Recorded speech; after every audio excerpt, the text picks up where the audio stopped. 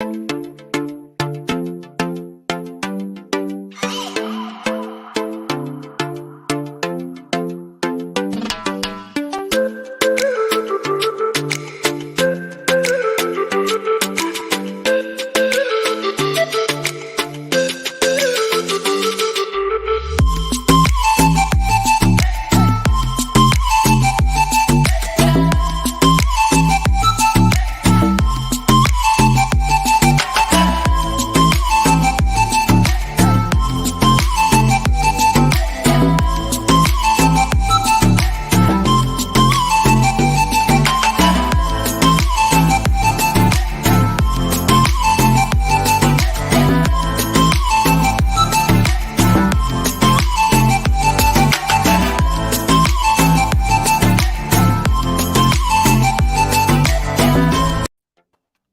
right, folks. Aloha Friday. Here we go. I'm here with Max Traylor, fresh off the 14. I'm telling you for a long time.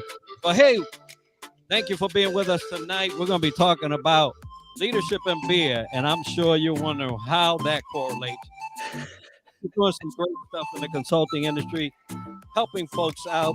We're going to dive into that and his book. Hey, Max, I know you enjoyed the last couple of days, brother, and I'm happy for you. I live in Florida, so I know you grew up in Florida. But welcome to the show, man. I'm happy to be here. My knees hurt. I'm fresh off of 8 rounds of golf in 5 days, and I'm glad I get to do this and nothing too serious. Yeah, I tell you that as a golfer myself, I'll be golfing tomorrow, but it won't be 8 rounds in 5 days. That is a whole lot of golf, even for an avid golfer. But you did it, man. You did it. And that's what we're going to be talking about. How do you do it? How do you do this consulting thing? How do you become effective? How do you bridge leadership into those things? And we're going to be talking about the beer because that's your thing. You have a show. Oh, the sweet sound of a cracked open can. I tell you what. And hey, look, yesterday we were celebrating, St. Patty's Day. Guinness. Brought a little Irish fun for us. Look at that. So Max, tell us a little bit about you, your background, and what you do, and we'll get into how leadership ties into all of that. Well, yeah, I was born in Jupiter, Florida, the golf mecca. Never knew about golf when I was young, but the first story my dad tells, I was 5 years old, and he says, Max, you walked into my office and you'd say, Dad, where do you make the money? And because I thought he was printing money because all the other dads went to work. And my dad played tennis all day, and we went to Disney World all the time. And he had this home office that was very mysterious and was full of, golf stuff. And so I thought he was printing money. He said, no, Max, that's illegal. You can't do that. That was my first heartbreak. But he said, I put my personal life first, and I built a business around my personal life. I do something once and get paid forever. So that was kind of like my unique lullaby as a 4th generation entrepreneur. I grew up with that, like, hey, first choice, let's play tennis every day. Let's play 8 rounds of golf in 5 days. And then let's make business decisions about how we need to monetize what we know, how we need to get paid after we make those important decisions about family, about fun, about personal health. So that was my gift. And I guess after I was cured of working in corporate America, which took about 3 months total, the second they shot down an idea that was awesome, I was like, all right, can't do this. I decided that, look, that's the contribution that I want to make. I want to help other people break the rules and put their personal life first and realize that what you charge, what you do, it's all a complete game. So have some fun with it. And as long as you're putting your personal life first, you've got a chance at being happy. And I tell you, as you are talking and I'm listening, I'm envisioning all of this, right? Folks, for those of you listening out there, and I know some are already in here, by all means, tell us where you're chiming in from, where you're joining from. But there is, and I labeled this session Leadership and Beer as Max is going and having his, for a reason. You can make your work life enjoyable. It does not have to be that experience, right, Max? So yeah, hey, 3 months, somebody shot it down. You're like, okay, that's about it. Most of us were not like you.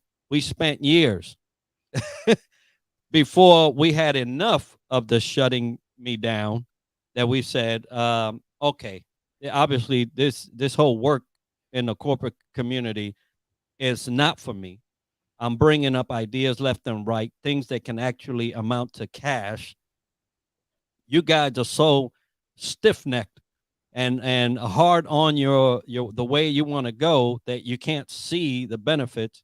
And so I got to take my benefits and apply them to myself.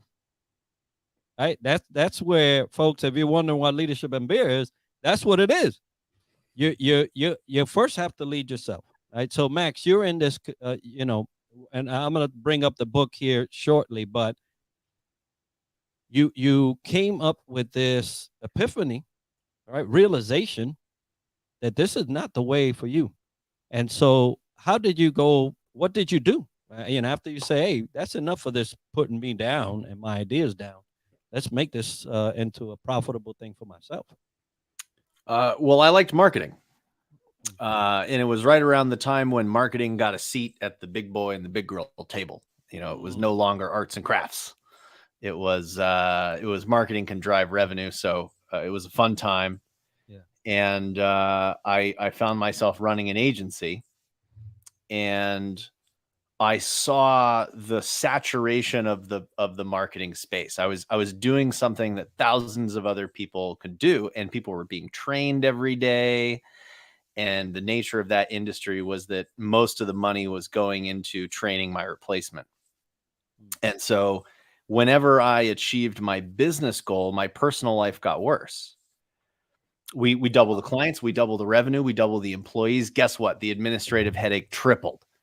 And I'd come home with dark circles under my eyes, and I'm thinking, I want to marry this girl someday. I want to have kids someday. I am on a path to have less personal time. I am on a path to be pissed off when I get home because I'm tired.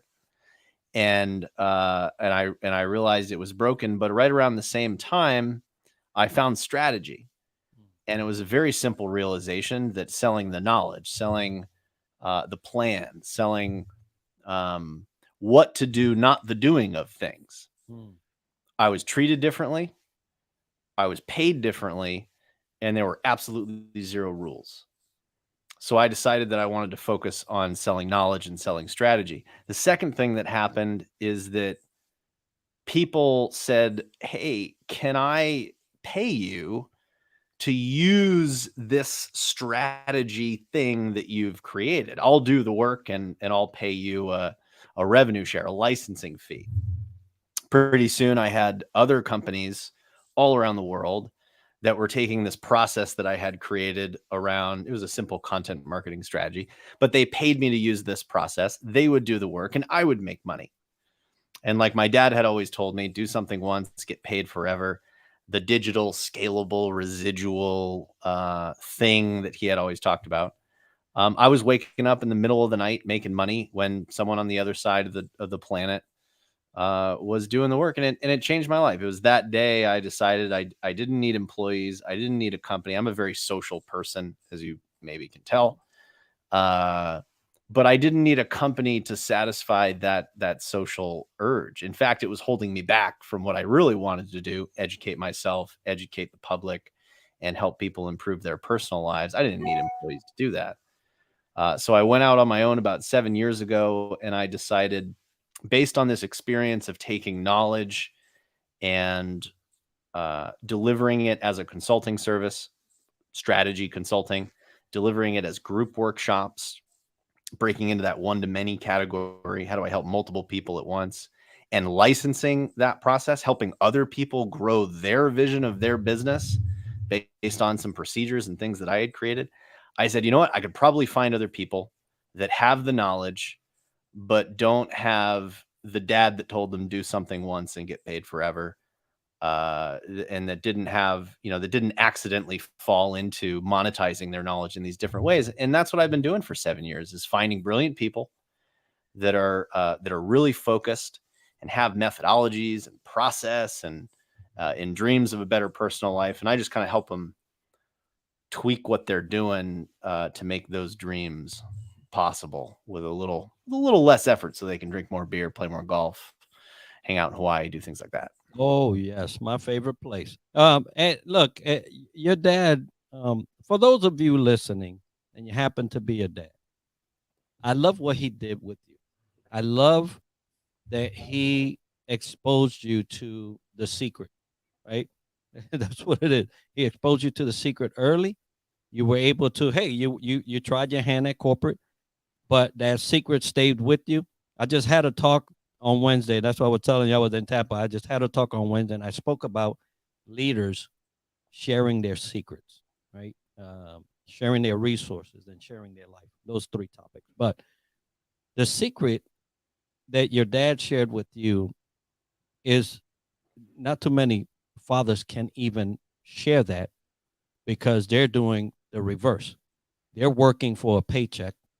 They're working to make ends meet. They're, the money is not working for them while they're sleeping, right? So unfortunately, a lot of dads can't share that, but yours was able to do it. You was able to see it, which is wonderful. Because you're like, hey, where's the tree? where's the copy machine? Where are you making this money at? Right? Well, his decision, I made my decision early. His decision was made early as well, because like I said, I'm a fourth generation entrepreneur. So his father was never around. He worked his butt off. He did create his own business. He was very successful with it, but he was never around. And the primary memory that my dad shares is waiting on the front steps for his dad to come home. Wow. So when he realized that he was unemployable, as we all are in my family, we've come to realize, his number one thing was, I want to be around. Yeah. To play tennis and do all the things. That he's a crazy person. He loves doing all that stuff, but he also wanted to be there for me. And so, sure, I'm a good listener, but it's also hard to not listen when he's always there. So my life was not on the front steps waiting for him to come home. My life was from Jupiter, Florida to Orlando, Florida, that hour-and-a-half drive repeatedly, multiple times a week, going to Disney World with my dad, listening to him on sales calls, listening to him talk to me about business. That was my Sesame Street. Right. Yeah. So a full-on immersed entrepreneurial training experience. Yeah, talk about shadowing. Like, that was my daycare, was entrepreneurship, shadowing at its finest. Well, it's amazing. You get two sides of the coin, right? Those that can't be there because of their, financial commitment. Really, if you're working because you owe something, it's a financial commitment. That's what you're doing. You're actually not working. You're paying your obligations. That's what you're doing. Yeah. And opposed to having that type of freedom and always being able to be there. And you have to find an in between, right? Hopefully you can find something that you're happy. We talk about beer, and I'll let you talk about your show here in a second, because the whole beer thing is a very relaxed environment. Hey, you crack open one, you relax, you're talking, you're engaging. So let's talk a little bit about that, your show, and what you do in that arena. Well, Enrique, I think it's important to say, I think it's important to say something about leadership and the difference that I've seen. I'm actually really excited about what COVID has done for all the terror that has come about. Leadership is forced to ask their people what they want. And their answer, and before, when they did that, because they've always been told to do that, and great leaders, hey, what do you want? But people answered in a boxed set of rules. They were only exposed to a certain number of things. Not like me. I'm very lucky in that regard. So they were asking a trick question. The trick question was, well, here's what I want out of my Monday to Friday, and here's what I want to do on my. It was based on a set of rules. And what COVID did is just gave people enough of a break from those rules to realize that there's more shit out there. Mm. And so for a leader, it's almost like their responsibility is to dig a bit deeper and go, no, that's not what I'm talking about. Like, what do you really want? Do you want to drink beer on a podcast and learn that way? Do you want to forget coming into the office? We know you don't want to do that. What do you want to do with your personal life? Have you even given any thought to it? Right. Should we be working with a professional to help you for the first time in your adult life figure out what you actually want to do?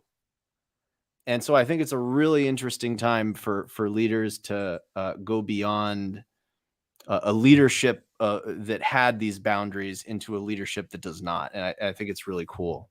Yeah, Really and cool. and not just that, are they capable of doing it? Can they ask those type of questions? Because leadership, as well as the people have been raised to be in a kind of like in a box, leadership has been raised to be in a box. And so I think there's a challenge on both sides to even know what kind of questions to ask your people, because even they as leaders don't know. Today I was talking about the difference. uh, what COVID has done is divided leadership into twofold. One is true leaders. COVID didn't even have a a, a hit on them whatsoever. They just kept trucking. They figured it out. They made plans. They worked with their people. And boom, they got it done. Yeah, they And said, then, everybody follow me. yep, let's just go. And then there's the group. It's not leadership; it's lightership. And I dubbed it that way because, and let me explain what lightership is. Lightership is leaders or people who have been placed into leadership positions but have no idea what they're doing, and they're lying their way through leadership. Leadership. I get it now. I was like, is So this leadership lightership? yeah, no lightership, right? So Less um, calories. less calories, right? Yeah, less knowledge for sure. But so COVID did that. It really put a defining line on who actually had the goods and who did not. And back to your comment about folks not really wanting to go back. I mean, what was it? October last year, September, October, and November last year, there was about 4.7 million people leave their jobs. Mm. And I'm like, yo, it's the middle of a pandemic. What in the world's going on? People just butted out. And a lot of the commentary, a lot of the things that came out of the polls and stuff was because I realized that I didn't have to be under this person no more. I can go over here. And somebody over here is looking for a remote person just like me. I'm going with them. And it was a big mass exodus. Um, but you left corporate because you realized, hey, hold up, I have a tool. I have something in me that I don't have to pimp out no more. I could use that for myself. And so you started working with, you mentioned individuals that got their own thing and maybe just don't know how to market it right, don't know how to send out a message right, or don't know how to, push it out to the masses. So Well, even more structural to that is they don't realize how valuable what they know is. mm, And I think it's that first understanding and perspective of how valuable it is, what it means to organizations, the problems that it solves, envisioning how organizations or people will be different once they adopt, what they know. It's a confidence thing, because I think with that confidence, a lot of the tactical stuff would be figured out. I think they would go through much faster machinations of how they sell it. They would fail faster. So I think I don't fully understand it, but it's a deeply rooted, you're not good enough. mm, Or you haven't gone through the corporate ladder that we've all, seen. You've only been doing your own thing for a year. Like, like they're waiting for some boss to come deem them worthy. Right. And because they don't have that, they don't feel worth it. I think it's deeply rooted and I don't fully understand it. But that's my mission is to help people combat that and really clarify what it is that they know that is most valuable and difficult to replace. So a self-validation, right? Because when you're expecting, and believe me, I lived most of my life waiting for someone to say, "Hey, Enrique, that was good," and I didn't have enough confidence in the fact that, hey, whether you say it's good or he says it's good or anybody says it's good, I know it's good. So I'm gonna put and God forbid somebody says it's not good. That's going to take you 5 years to recover from that. Right. Because for some reason we hold on to the things that are not good. The embarrassments, those are core memories. Those are like life-changing embarrassments that we'll hold on to forever. We could have 10 positive experiences. We could have 100 positive experiences. We could change people's lives. And the one person that told us we sucked 10 years ago will be the thing that we wake up thinking about on Thursday. Amazing. Amazing. And you're talking and I'm like, yeah, I did that. I did that. Yep, I did that. So there was a time that I had enough. I had enough, right? So it was a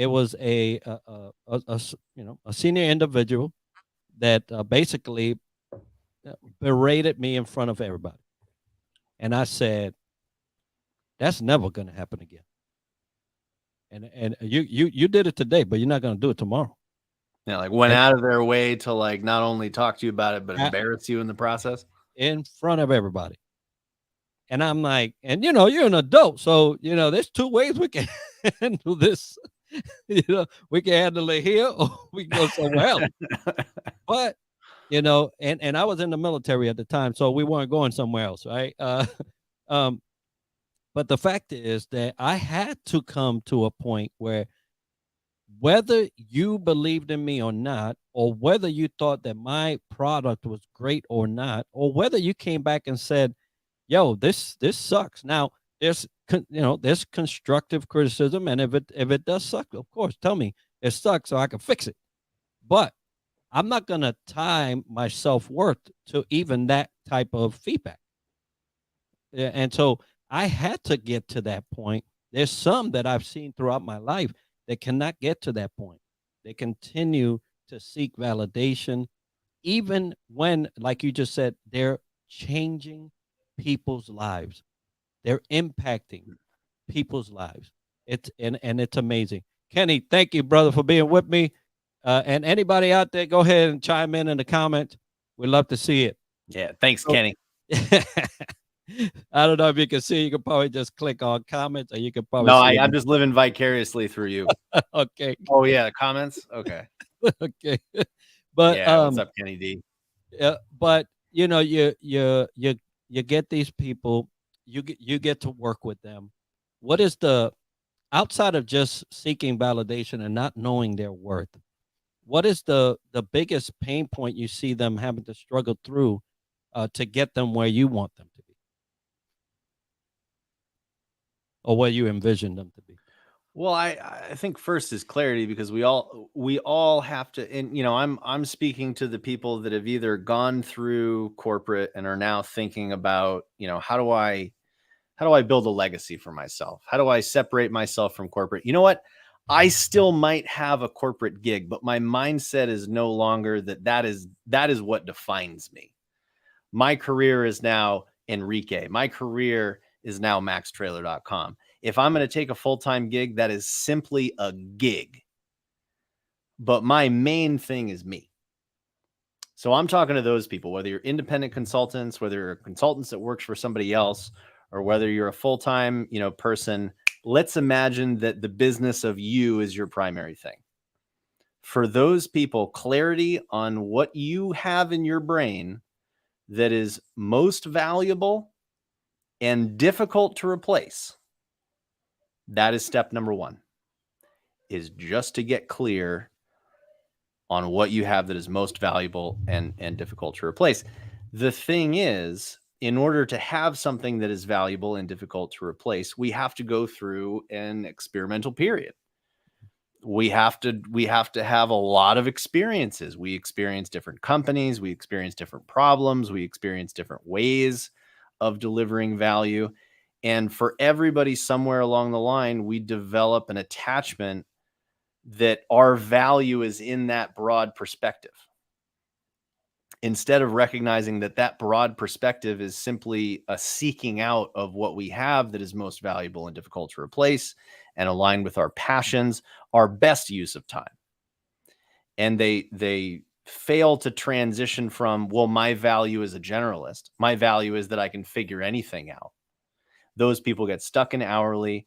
They get stuck, if they do go out on their own, they get stuck basically being a bad boss for themselves. They don't have a lot of personal time. They're working their butt off. They're being underpaid. They're being price chopped by their competition, and they're not treated like adults by their clients. We have to get that clarity to make the transition from, what my value is being able to learn things and being broad, to, hey, I went through that period and what I discovered about myself, my certainty, my self-discovery, my being sure. My dad always said, the greatest gift he ever gave me was the ability to be sure. And that's step 2. I am here to do this for these people, and it looks like XYZ. And if you don't like that, I've got plenty of people I can introduce you to. But that's the best use of my time. And if I spend my time on that, it ensures that I can live the personal life I want and raise the family I want and stick to the values that I want to stick with. And so that's me. You want in? And so yeah, that's the big transformation that people need to go through. And it's hard. It's hard to see that. How powerful is that? I mean, as you're explaining that, and just thinking about myself, I happen to be living that. So thankfully, like your dad, I set some things up early in my life that I can be all right with just being home every day and not have to worry about it. Right. So thankfully I was able to do that. Not everybody gets that, but everybody can get to this is me.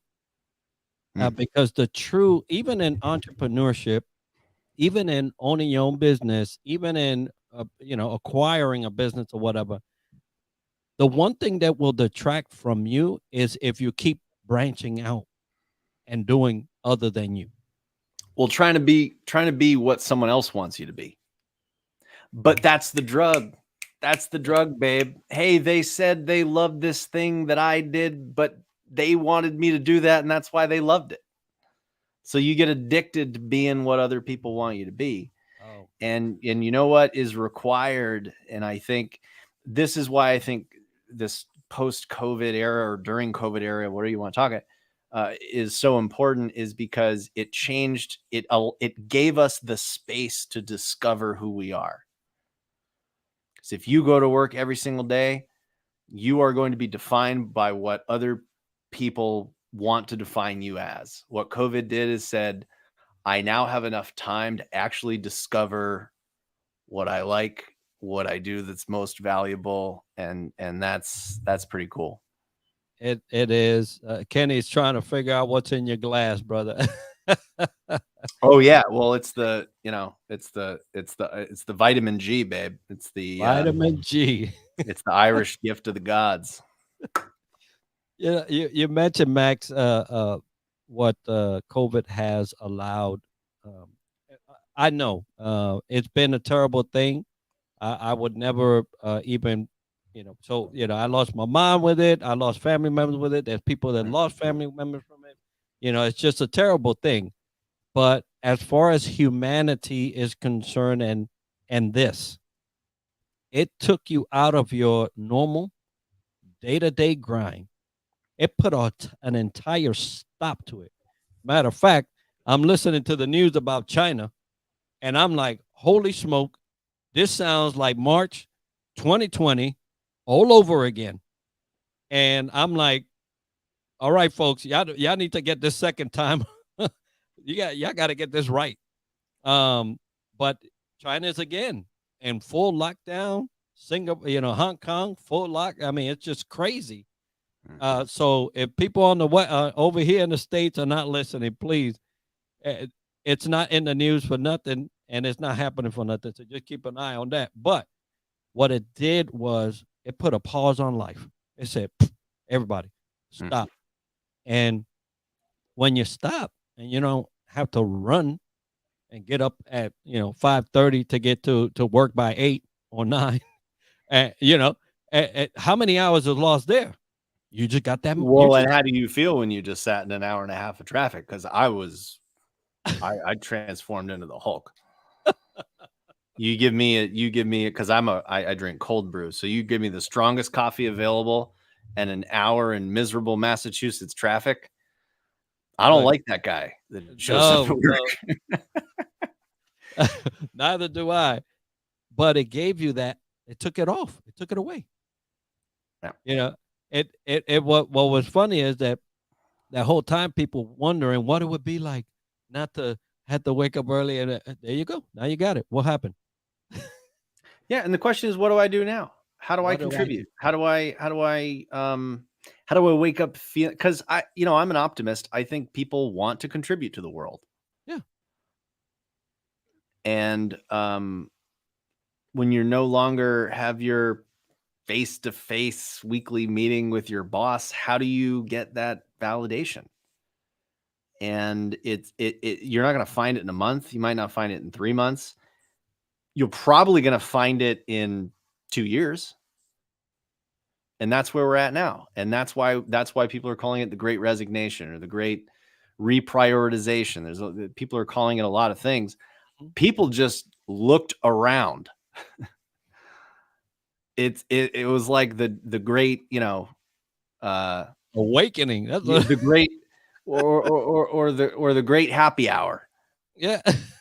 Where people just, I don't really, what? No one's going to knock me for leaving my job. I'm just going to chill out for a little while and, gain 10 pounds on drinking Guinness. But, if I can say one thing for laziness, it gives you time to think. It sure does. And we got plenty of that. And folks, I want you to kind of remember, if you're watching this live or you're watching this replay,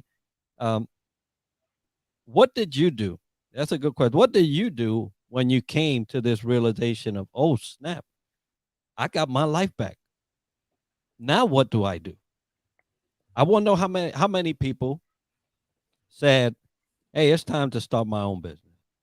Hey, it's time to start prioritizing on myself.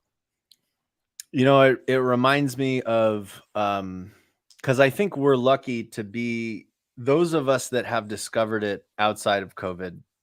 And it's really interesting to talk to people that have started their consultancy or, kind of said that I am my own thing after COVID and before COVID. For me, it was well before COVID. But again, it was in my family. It was in my DNA. I was always going to do it. But I had joined a coaching program. It's called Strategic Coach. Dan Sullivan, great guy. He's been coaching entrepreneurs for, I was going to say hundreds of years. That's not true, but long time. He's not that old. He's kind of old. And there was an exercise where, you think of the year that you're going to die, and you write that down. And you talk about how you live your life up until you're going to die. Okay, great. And then you die. Or the day comes when you're going to die. And then they say, we made a mistake. You actually get 5 more years. The question is, what are you going to do with that 5 more years? You've confronted your own mortality.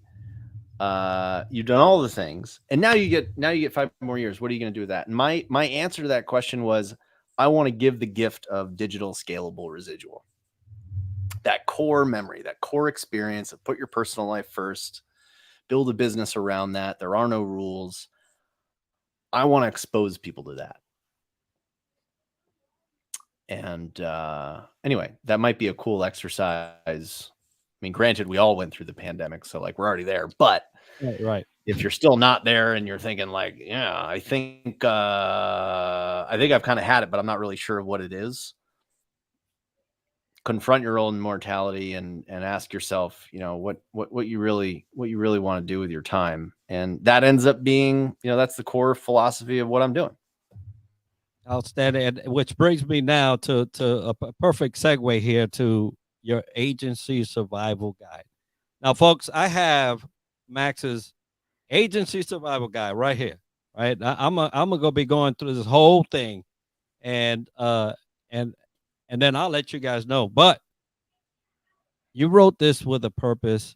You have an appendix, something that goes with it. I would like for you to talk about what drove you to write the survival guide. I know it is volume 30. I got volume 30, folks. So you got 29 more to go through before you get to where I'm at. But tell us about the process of getting to write this book, and then the workbook that you have.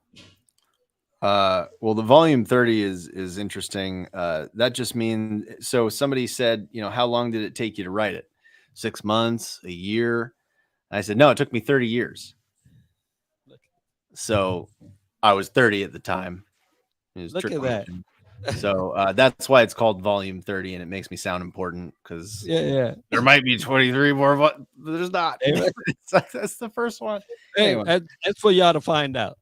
Yeah, but I can do what I want. I thought it was funny. People are out there. I could see people Googling like, "Where's volume 29?" Volume 1? Really, like, it doesn't exist, bud. Sorry.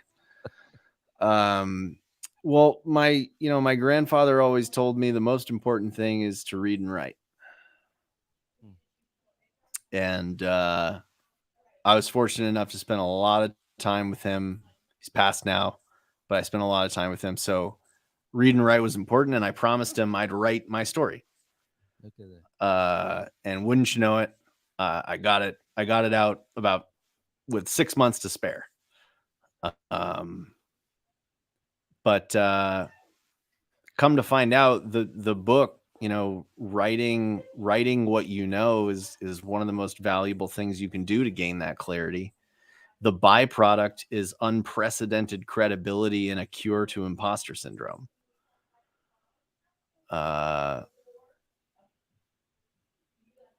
People write about what they know in a lot of different ways. They write it in emails. They do it in conversation. They write blogs. That was the thing for a long time. So a lot of people are sitting there going, I don't have enough knowledge to write a book. The only thing a book is a front and back cover to the shit you write every day. I started drinking beer with people on a podcast called Beers with Max. What sort of informal, nonsensical, stupid idea is that? 7 years later, I said, oh, well, there's like 10 interviews that are worth a shit here. Let's put a front cover and a back cover, and let's talk about some of the concepts. And that's it. And, magically you're put into another category because you've got a book. So I guess what I'm most proud of was just the emotional leap to put it out there. That's what we're all confronting. No one is sitting out there right now without the content, without the insight to write a book that will make an impact on people. What they lack is the confidence to just be vulnerable and put it out there. And it might suck. Nobody is going to read it. I've been fortunate enough. Some people have read it because it's short enough. And they've said, hey, Max, this made a really great impact, but I failed 4 times. This is my 5th try at writing a book. So anyway, it's just kind of a trigger for me because it's so important that people write their story. And I get that from my grandfather. But what's holding you back is not a lack of knowledge. You have absolutely everything you need to write 7 books, to write a book every year of your life. You have the knowledge for that. You just need to get over the fact that nobody's judging you. Nobody cares. Do it for you. That's eventually what I had to say is like, I'm going to do this for me. And I wrote it myself, and I did it for me. I stopped with the ghostwriter stuff. I tried that. And at the end of the day, I just said, I don't care if anybody reads it, and I don't care what they think.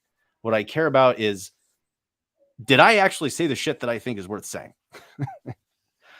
And when the answer was yes, I put it out there and I crossed my fingers and I was like, well, I could do, I did my worst. Look, And yeah. it's amazing to get, and for anybody that has ever ventured to write a book, um, it's no easy thing because you got, going back to when we were talking earlier, you have to get to a point where you see, he's like, I'm out. You see the value in you. And I think Max, talking to you for a little bit and getting your book and see, you realize the value of you, and that is such a powerful place to be as a human, knowing what you do, keeping within the lines of what you do, and becoming great at it, where your confidence level is like off the roof Yeah. because you know you. Well, And I'll say one thing. I got one piece of advice for everybody, because I was about to say one piece of advice for people that are writing a book. Look, everyone's writing a book. It's the book of their life. They just haven't written enough of it down right. yet. Everyone's writing a book. You right now are writing a book. My one piece of advice is you need to decide what is the one behavior that you want to see out of people when they finish your book. And for me, it was, I want them to sell the plan, not the work that they do.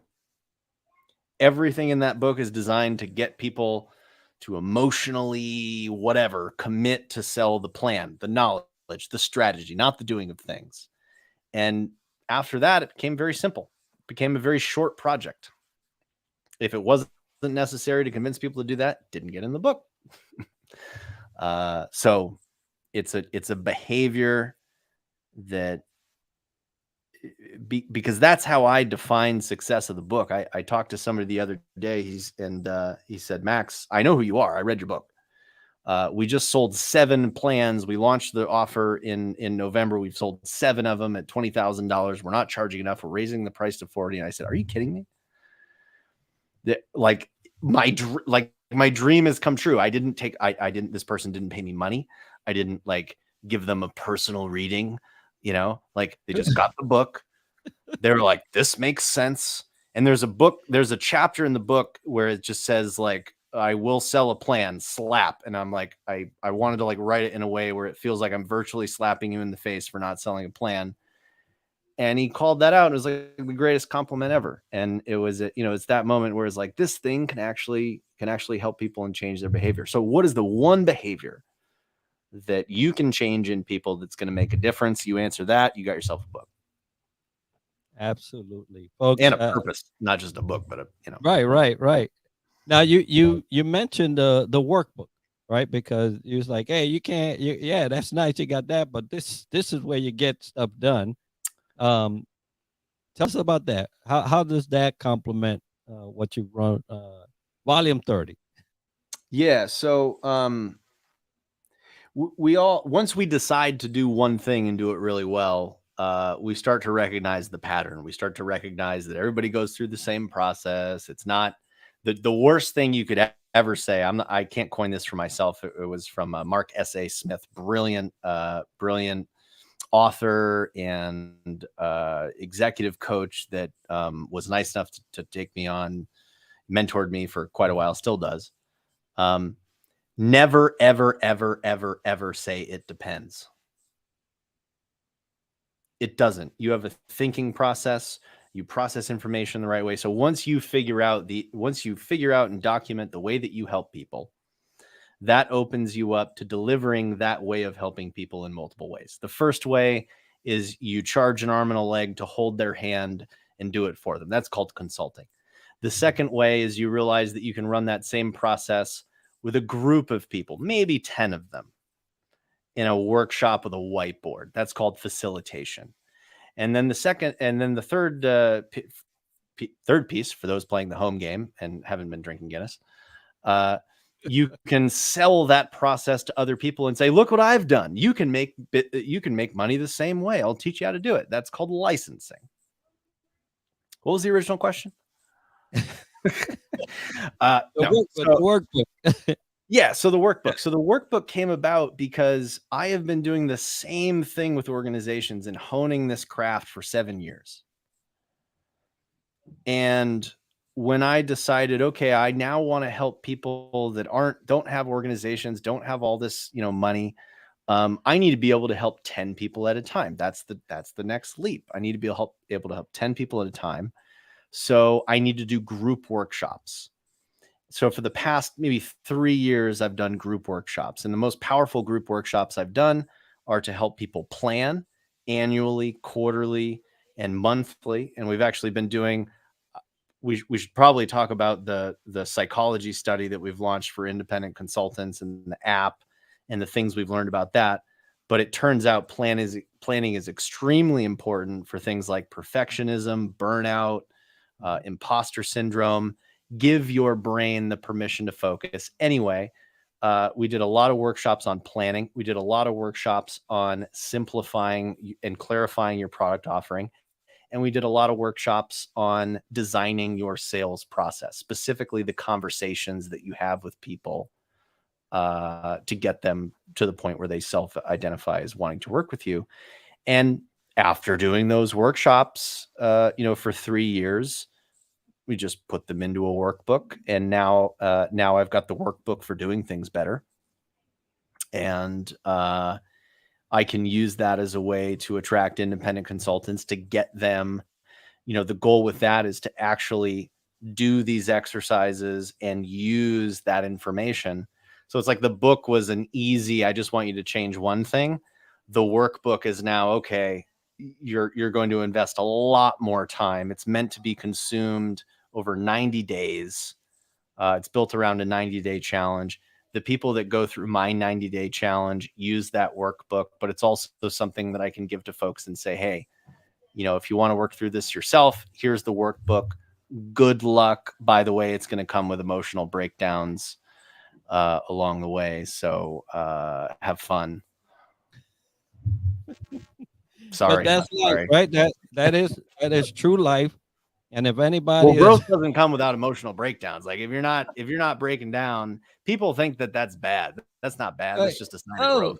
yes, exactly. Infants have growing pains. Mhm. We're all just infants. Right. And yeah, I believe it. And that is the moments where you see most deep change. When some change that drives you to emotions, those changes are deep. And so that's actually the best thing to do. If you have going through the workbook and you're breaking down, hey, kudos to you, because that means something's happening. Um, and so you got the book, you got the workbook. You mentioned the workshops. Do you still conduct those workshops? Yeah, so I do them as mental exercises. I've got free workshops that I do. I schedule them every 2 weeks, and they're for the people because I talk to so many people through my podcast or through Right. this psychology study that I'm doing, where we're gaining information about different psychological profiles in the consulting space. So I talk to so many people. I mean, that's like my dad always told me: surround yourself with brilliant people. I have a habit of listening to my forefathers, and so. What was the question?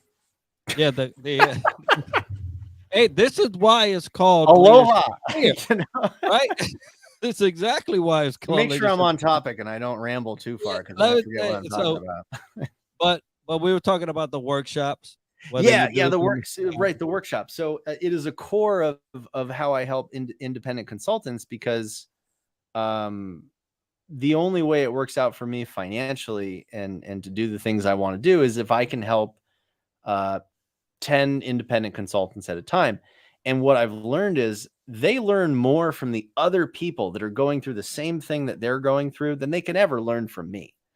My role is shifted to more of a facilitator Right. and ensuring that people understand and try things and share their experiences rather than saying, "Oh, you listen to me, like it's my." I am just one person experiencing all these things. And so it's 10 times the value to get all these other people together. So the workshops have become a core of my business. I do them with independent clients. I do them with small groups. of consultants, and I think my general opinion on sales is that sales is helping for a profit. And so the number one thing I can do in my sales process is expose people to my superpower of helping people, which is I see the value in other people. I simplify the complex. So the workshop is like, look, if you don't get value out of that, if the sparks don't fly, we're not a match. Yeah. It's like a first date. It's love at first sight. If you're not feeling it, at least we both know. So I've incorporated those workshops into my sales process, and people say, "Oh, it changed my life." And I say, "Oh, well, what are you going to do about it?" That's right. Now that you know, what are you going to do? Yeah. Do you want Well, the free path, or do you want some motivation to continue? Right. Because I got 10,000 reasons to do it. Well, I tell you, Max, I'm very happy that you not only had the father that you did, given the information I have, and what you actually got out of that relationship, because there's a lot of people who have fathers that end up on their own, never got anything. But he gave you something that I think was way more valuable than most things, which he gave you something, a key to life. And once he gave you a key to life, you knew how to open doors. And so, good on you. Good on the book, brother. I'm gonna go through this myself and finish it out. I'm definitely gonna let you know. I'll get a copy of that workbook. So I'll talk to you after this about get how to get that. But well, look, Enrique, to the my book people are really upset about this, but I give away all of my stuff for free on my website, maxtraylor.com. Click on book. You can buy it if you fancy, putting 7 cents in my pocket, because that's about my cut from Amazon. Yes. Don't tell anybody. But you can also just download it for free. I put the link in the in the chat. Now that they're like, Max, you can't give it away for free, and I'm like, that's probably the reason I'm going to do it, is just because you're telling me I can't do it. Well, folks, I mean, if you're listening, go to his website. Well, I'll make sure to put that in the comments so that they can be there. But then I also put the Amazon link on there if you do want to give Max his 7 cents. Yeah, well, I should just make the price like $50 and give it all to charity or something. That's what I should do.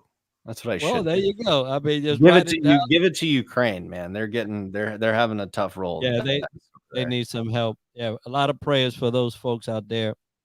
I know what war looks like, and I hate seeing it on the other side. So, folks, we've been talking to Max. He's taking consultants to clarity. Folks, if you want to get with Max and you're feeling like, hey, consulting is dragging me here, I need clarity. I need Max to help me out. I'm going to put his link, his website in the comments. But I have a couple of things to talk about. First of all, Max, thank you, brother, for taking time to talk to me tonight. I'm glad you enjoyed that beer. It looks like it's done its job. But, great conversation around leadership and consulting and how to find your own thing. Folks, talking about finding your own thing. We're going to be at PodFest, if you don't know, May 26th or 29th here in Orlando. I'm speaking about LinkedIn Live. So I'll be there live talking about LinkedIn Live and how to get your own channel and how to do all this stuff that I'm doing. And if you want to be there, there's a 20% discount for those of you that use DTLW Podcast 20 at checkout. You'll save 20%. It's a good savings, but you'll get to go. And so I hope to see you guys there. Max, once again, brother, thank you. Thank you for being with me. Thank you for sharing. We'll talk about the workbook, and I'll definitely go on the website. But folks, get straight on what you are. Get straight on what you can do and use it.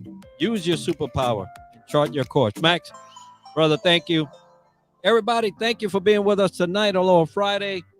We will see each other again next week. with a new guest. Mahalo, everybody.